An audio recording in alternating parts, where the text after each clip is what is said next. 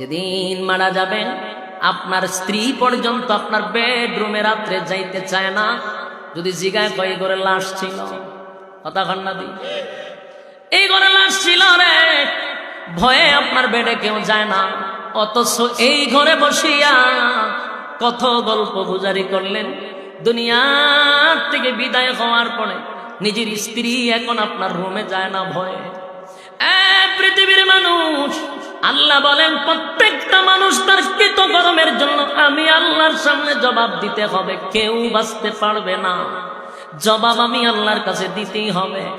আর কিয়ামতের মাঠটা এত মারাত্মক, এত একটা ভয়ানক, সেই মাঠটা এত স্বার্থপর, কেউ কারো হবে না রে। দুনিয়াতে বিপদে পড়লে কেউ না কেউ সাহায্য করে, কিয়ামতের কাঠির ময়দানে কেউ কারো সাহায্য করবে না, কেউ কারো সাহায্য করবে না। যদি আমরা মনে করি এমন ফিরের মুরিদ হইলাম, ফির আমারে জান্নাতে নিবে, ফিরে আমারে পার করে দিবে, না না, পীর তো দূরের কথা, আমাদের নবী ছাড়া আদম থেকে লইয়া ঈসা রূহুল্লাহ পর্যন্ত কোন নবীর সাহস হবে না কিয়ামতের মাঠে দাঁড়াইয়া কথা বলা। কথা বুঝতেছেন আমার? যতই ফিরাগি দেখায় অমুক পীর তমুক পীর, এই অন্ধকারের মধ্যে আর বসবাস করবেন না। আল্লাহর কসম, পৃথিবীর কোন পীরের ক্ষমতা নাই আপনার জান্নাতে নেওয়ার, কোন পীরের ক্ষমতা নাই, এমন কি কোন নবীদের কথা বলার সাহস আল্লাহর সামনে হবে না। কথা বুঝতেছেন? কারণ আল্লাহ সেদিন রহমান থাকবে না।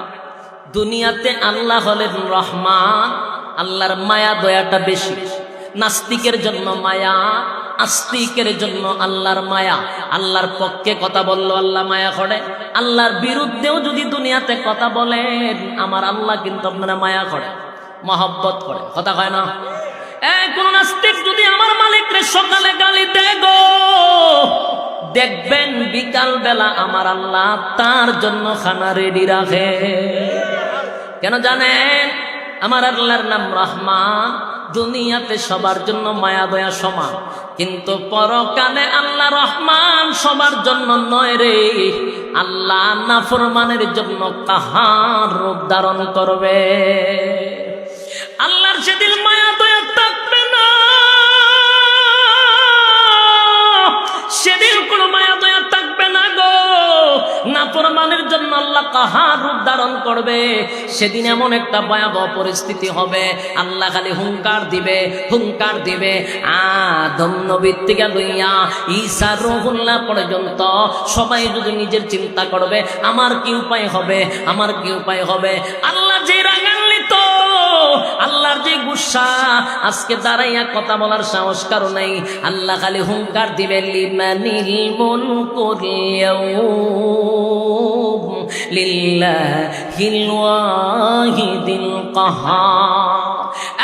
পৃথিবীর রাজা বাদশা বেড়াগিরি কম করস নাই। আজকে কেউ আসুক না, একটু দাঁড়ায়া কথা বল। নমরুদ্দা, ফেরাউদ্দা, সাজ্জাদা, এরকম বড় বড় লিডার গুলি দাঁড়াইবার সাহস তো দূরের কথা, কোন নবী রাসূলগণ আল্লাহর সামনে দাঁড়াইয়া কথা বলার সাহস নাই রে। আর তোমার ফিরে বুঝি তোমার জান্নাত নিব? কথা কয় না দি? হায় রে দুনিয়ার মানুষ, হায় রে অন্ধকারের ভিতরে মানুষগুলি এখনো আছে শুধু ফিরের দোয়াই দিয়া চলে। আল্লাহ নিজে কোরআনে বলেন, কোরআনে আল্লাহ নিজেই বলছেন, ইয়াউমা ইয়াফিরুল মারউ মিন আখিহি ওয়া উম্মিহি ওয়া আবিহি ওয়া সাহিবাতিহি ওয়া বানিহি। কিয়ামতের কাঠির ময়দানে রব্বে কারীম বলেন, মা তার সন্তানকে চিনবে না, সন্তান মার পরিচয় দিবে না, বাবা তার সন্তানের পরিচয় দিবে না, স্ত্রী তার স্বামীর পরিচয় দিবে না, স্বামী তার স্ত্রীর পরিচয় দিবে না। যেখানে মা তার সন্তানকে চিনে না সেখানে ফিরে হইব জান্নাত নিব। কথা হয় না? ফিরে তো খালি জোরে জোরে শিক্ষার দিব, যেই পরিমাণ গরু খাইছি আল্লাহ খাইছি, যেই পরিমাণ বকরি খাইছি, ছাগল খাইছি, এটির জবাব কেমনে দিব? কথা হয় না? যেই পরিমাণ গরু ছাগল খাইছি, গুরু বড় বড় উরুস কইরা 10টা 15টা খালি গুরু খালি জমা হয়েছে, 100টা গুরু জমা হয়, এটির জবাব দিতে পারবো? কথা কই না? এই জন্য এই বোকার মধ্যে কেউ পড়বেন না, এই দোকাত কেউ পড়বেন না। আল্লাহ রাব্বুল আলামিন বলেন হাশরের মাঠে রব্বে কারীম নাফরমানদের জন্য কাহার, আর মুমিনের জন্য আমার আল্লাহ হবেন রহিম। সুবহানাল্লাহ। তাহলে জবাব দিতে হবে, ঠিক কিনা বলেন? আল্লাহর সামনে হিসাব না দিয়া কেউ বাঁচতে পারবে? কথা কই না? হিসাব না দিয়ে বাঁচার কোনো সুযোগ নাই। পাই পাই করে হিসাব দেওয়া লাগে। কথা বুঝতেছেন? পাই পাই করে হিসাব দিতে হবে। মানুষের মধ্যে এমন একটা পরিস্থিতি হবে, তিনটা সময় হবে হাসরের মাঠে সবচেয়ে বেশি ভয়ানক। এর মধ্যে একটা হলো রেজাল্ট নেওয়ার সময়। রেজাল্ট বুঝেননি? ওই যে দুনিয়া নামক পরীক্ষা। দুনিয়াটা কি? পরীক্ষার হল। ইয়াদ আসেনি? দুনিয়া হলো পরীক্ষার হল। পরীক্ষা তো দুনিয়ায় দিলেন, আর রেজাল্টটা দেওয়া হবে হাসরের মাঠে। পাস করলেন না ফেল করলেন, হাসরের মাঠে দেওয়া হবে রে। সেদিন আল্লাহ রাব্বুল আলামিন বলেন হাসরের মাঠে রেজাল্ট দেওয়া হবে ডান অথবা বাম। ডান হাতে যারা পাবে আনন্দের সীমা নাই, বাম হাতে যারা পাবে দুঃখের সীমা থাকবে না। মনোযোগ দিয়ে শুনেন, একটা কথাও আমি কোরআনের বাহিরে বলবো না। মনোযোগ দিয়ে শুনবেন। গিচ্ছা কাহিনী বিভিন্ন বুজুর্গদের গল্প আমি কোনো সময় বলি না, এই জন্য মনোযোগ দিয়ে শুনবেন। আল্লাহ আমার তেলাওয়াতকৃত আয়াতে বলেন ওয়ালাকাদ যারানা লিজাহান্নামা কাসীরাম মিনাল জিন্নি ওয়াল ইনস। আল্লাহ কয় বহু মানুষ এবং বহু জিনকে আমি আগুন দিয়ে জ্বালাবো এবং পোড়াবো। এখন আপনাদের প্রশ্ন হইতে পারে হুজুর আল্লাহ কি আসলে আমরা জ্বালাইবার লেগে ফুরাইবার লেগে বানাইছে? বলেন ফুরাইবার লেগে বানাইছে? আপনারা কি ধারণা আল্লাহ আমরা বানাইছে কি আগুনে ফুরবার লেগে? আল্লাহ যে কইতেছে বহু মানুষ এবং জিনকে আগুন দিয়ে জ্বালাবো পোড়াবো, এই কথা কেন বললেন? এটার কারণটা কি? এটা বোঝার জন্য একটু সামনে আসুন। মূলত আমাদেরকে আল্লাহ জ্বালানোর জন্য পোড়ানোর জন্য বানায় নাই। পৃথিবীতে যত মানুষ আসছে এবং আসবে সবার জন্য আল্লাহ এক একটা করে জান্নাত বানাইছে। ফেরাউনের নাম তো শুনছে, হের লাগে আল্লাহ জান্নাত বানাইছে। আবু জাহেল, তার জন্য আল্লাহ জান্নাত বানাইছে। আশ্চর্য লাগতেছে আপনারা? ফেরাউন খোদা দাবি করছে, এরপর আল্লাহ এর জন্য জান্নাত বানাইছে। আবুল আহাব, আবু জাহেল, তাদের জন্য জান্নাত বানাইছি। নমরুদ, সাজ্জাদ, এদের জন্য জান্নাত বানাইছি। কিন্তু এরা কি জান্নাতে যাইব? যাবে না। কিন্তু তাদের জন্য আল্লাহ জান্নাত বানাইছিল, কিন্তু তারা যাবে না কেন? তাদের কৃতকর্মের কারণে।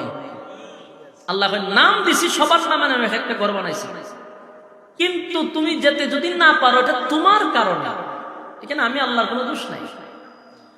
মনে করেন একটা এক্সাম্পল দিই, আমারে সরকারের পক্ষ থেকে একটা বাড়ি দিছে গুলশান, আমার নামে, এটা বলে এটা তোমাকে দিছি। এখন আমার কিছু কাজ আছে, আমার কাগজপত্র নিয়ে দৌড়াদৌড়ি করতে হবে, এটা আমার নামে লেখাইতে হবে, ঠিক কিনা? যে কাজগুলো রয়েছে আমি এগুলোর জন্য তো দৌড়াদৌড়ি করতেই করতে। মানে আমার ফোন দেবে যে ভাই বাড়ি আপনার, আপনার কাগজপত্রগুলো ঠিকঠাক করেন। আমি ঘুমায় ঘুমায় হইতেছি, আপনারা ঠিক করেন, আর আমারই সময় নাই, বাড়ি আমার দিবা। তোর মতো অলসের জন্য বাড়ির দরকার নেই। তাহলে আল্লাহ জান্নাত তোর নামে দিছি, এটা তোর কাছে নিতে গেলে আমার কিছু নিয়ম কারণ আছে, এগুলা তুই যদি করতে পারস জান্নাত তোর। কথা বুঝেন নাই? তো ফেরাউন আল্লাহ জান্নাত দিছে, নমরুদ্দারও দিছে, আবু জাহিল্লারও দিছে, কিন্তু তারা এই কাজগুলা করে নাই, এই জন্য নিজের জান্নাত নিজে হারাইছে। আমরা যারা এখানে বসছি, যারা বসি নাই, সবার জন্য আল্লাহ জান্নাত বানাইছে। কিন্তু আপনার ধারণা হলো জান্নাত তো আমারই আল্লাহ দিবে, কিন্তু আমার কিছু কাজ তো আছে। এই কাজটা কি? এটা আল্লাহ বইলা দিছে। আমাদেরকে আল্লাহ অনর্থক এই দুনিয়াতে পাঠান নাই। একের অযথা যে দুনিয়াতে পাঠাইছে এটা কিন্তু ভুল, আমরা অযথা পাঠাইছি। মূলত এই পৃথিবীটা হলো একটা পরীক্ষার হল। বলুন কিসের হল? পরীক্ষার হল। আমরা দুনিয়াত কলেজ, ভার্সিটি, মাদ্রাসাতে পরীক্ষা দিই, সময় হলো 3 ঘন্টা। জান্নাতের তুলনায় এই দুনিয়ার সময়টা 60 বছর, এটাও 2 থেকে 2.5 ঘন্টা। বুঝেন নাই আমার কথা? সময় কিন্তু সমান। দুনিয়ার পরীক্ষা তো 3 ঘন্টা, আমরা পাঠাইছে দুনিয়া নামক পরীক্ষার হলে আমাদের জিন্দিগির সময়টা জান্নাতের তুলনায় 2 থেকে 3 ঘন্টা। পরীক্ষার সমান সময়।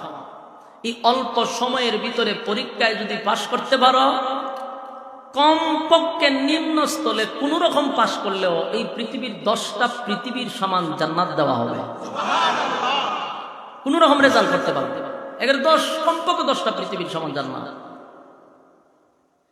আপনারা যদি প্রশ্ন করেন বলে হুজুর এত জায়গা আল্লাহ পাইব, ঠিক না? এটা এক সময় ছিল, কিন্তু এখন বিজ্ঞান পর্যন্ত স্বীকার করতে বাধ্য, এর থেকে বেশি জায়গা হইতে পারে। বিজ্ঞান বলে এক একজন মানুষের পিছনে যদি 100টা দুনিয়ার সমানও দেয় তারপরে জায়গা থাকবে। বিজ্ঞান বিশ্বাস করে এখন। কেন? এই সূর্য যে আপনারা দেখেন, দেখতে একটা বোলের মতো দেখা যায়, ঠিক না? সূর্যটা কত বড় জানে? এই পৃথিবীর থেকে 13 লক্ষ গুণ বড় সূর্য। কত বড়? 13 লক্ষ গুণ বড় সূর্যটা। সূর্যের উপরে আমরা দেখি তারকা রাত্রের বেলা ছোট ছোট দেখা যায় না? এক একটা তারকা সূর্যের থেকে আরো বড়।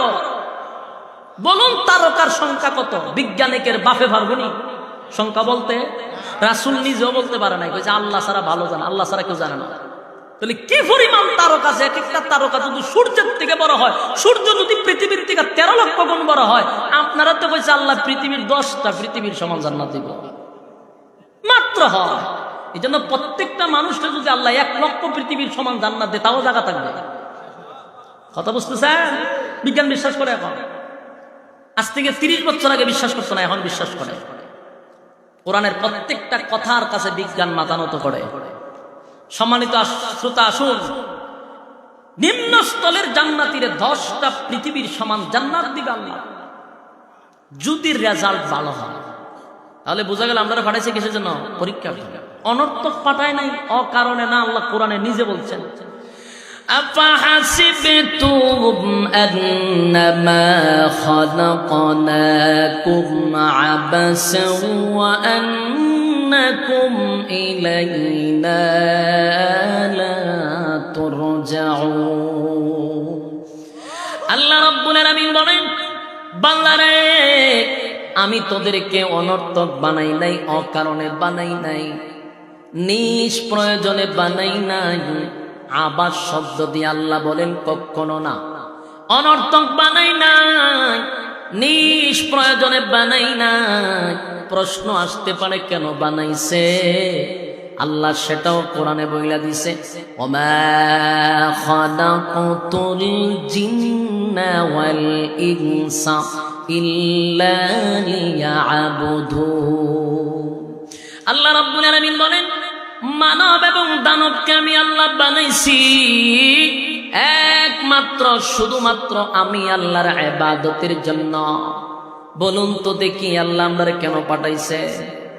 ইবাদত বন্দেগী করার জন্য, অনর্থক পাঠায় না। এ বান্দা কতদিন তুই ইবাদত বন্দেগী করবি, তোর সীমানা কতটুক আল্লাহ এটা বইলা দিছে, কুল্লু নাফসিন যায়িকাতুল মাউত। প্রত্যেকটা প্রাণীর মৃত্যুর স্বাদ গ্রহণ করতে হবে। মৃত্যু পর্যন্ত হলো আমাদের এরিয়া, এই পর্যন্ত আল্লাহর গোলামি করতে হবে। আল্লাহ ছাড়া কারো গোলামি জমিনে চলবে না। অনর্থক আমাদেরকে বানায় নাই রে, নিষ্প্রয়োজনে বানায় নাই, অনর্থক বানায় নাই, একমাত্র শুধুমাত্র আল্লাহর গোলামির জন্য বানাইছে। আল্লাহ বলে, বান্দারে গোলামি যদি করস, আমি আল্লাহর পক্ষ থেকে তোর জন্য সুসংবাদ, সুসংবাদ, নিম্ন স্থলের জান্নাতীরে 10টা পৃথিবীর সমান জান্নাত দিব।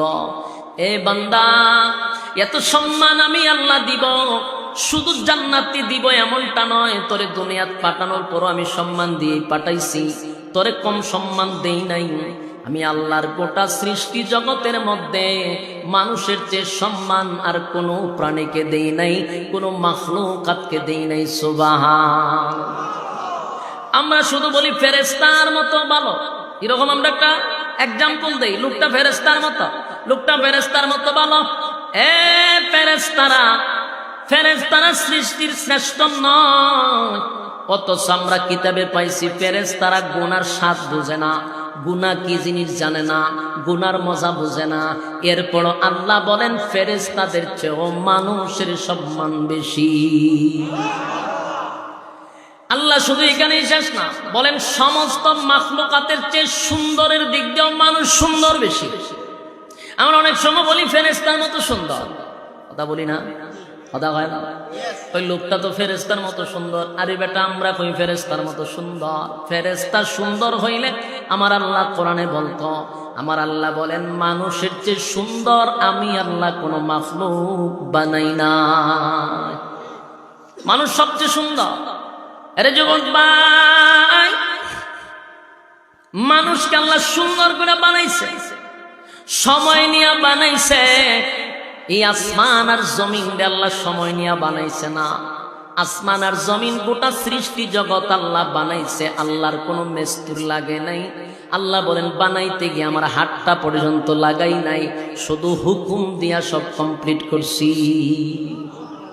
আল্লাহ কোরআনে বলেন ইন্নামা আমরুহু ইযা আরাদা শাইআন আন ইয়াকুলা লাহু কুন ফায়াকুন।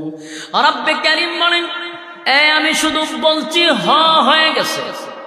আপনার এলাকাতে সুবহানাল্লাহ চিনি? আল্লাহ বলেন আমি বলছি হয়ে গেছে, আমার হুকুম দিতে দেরি হইতে দেরি নাই রে। কোন বলছি তো ফায়াকুন হয়ে গেছে। আমি আল্লাহ হাতটা পর্যন্ত লাগাই নাই, কিন্তু মানুষ তোরে বানাইতে গিয়ে আমি আল্লাহ হাত লাগাইছি। আমি আল্লাহ তোরে বানাইতে গিয়া সময় লাগাইছি, প্রায় 300 দিন সময় লাগাইয়া তোরে বানাইছি। 10 মাস 10 দিনে বানাইছি। বান্দারে সময় লাগাইয়া বানাইছি, আমার কুদরতি হাত দিয়া বানাইছি, শ্রেষ্ঠত্ব দান করছি, সবার উপরে তোর সম্মান। ওয়ালাকাদ কাররামনা বনি আদম, আদম জাতিকে তো সম্মান আর মর্যাদা দিছি। যুবক ভাই কানি শেষ নয়, আল্লাহ বলেন সবচেয়ে সুন্দর কইরা বানাইছি। আমরা যখন চিড়িয়াখানার ভিতরে ঢুকি, হরিণ দেখলে কই হরিণটা সুন্দর, ময়না পাখি দেখলে বলি ময়না পাখি সুন্দর, খরগোশ দেখলে কই সুন্দর, টিয়া পাখি দেখলে কই সুন্দর, বিড়াল দেখলে কই সুন্দর, ভাগ দেখলে কই সুন্দর।